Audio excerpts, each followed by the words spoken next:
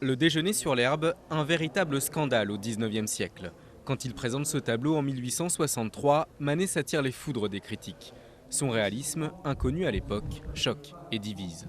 Au lieu de peindre des nymphes et des satyres dans un sous-bois, il peint des jeunes gens du Second Empire, deux étudiants en goguette, deux femmes très dévêtues, l'une est nue.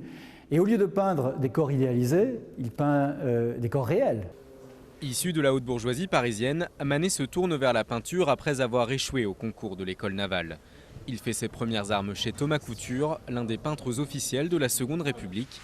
Très vite, son style évolue. Il s'inspire des maîtres espagnols et Velázquez devient sa référence. Mais pour se faire un nom, Manet a su très bien s'entourer. Il s'est appuyé aussi sur la presse de l'époque, Zola et d'autres. Il s'est appuyé sur des amitiés littéraires, Baudelaire, Mallarmé, Huysmans, pour convaincre, pour faire comprendre qu'il était non seulement porteur d'une nouveauté, d'une modernité, mais qu'il était l'homme qui redéfinissait le passé.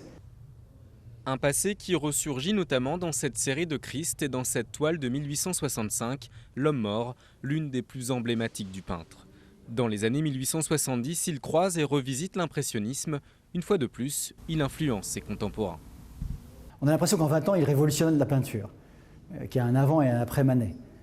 Alors, la postérité immédiate, c'est peut-être une partie de l'histoire de l'impressionnisme, mais Manet reste dans la conscience des artistes tout au long du XXe siècle. À la fin de sa vie, Manet peint le Paris moderne, champs de course, terrasses de café, théâtre, mode féminine, des thèmes plus vendeurs qui le font connaître.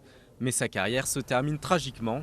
Il meurt emporté par la syphilis à 51 ans, au moment où le monde de l'art commence tout juste à saluer son génie.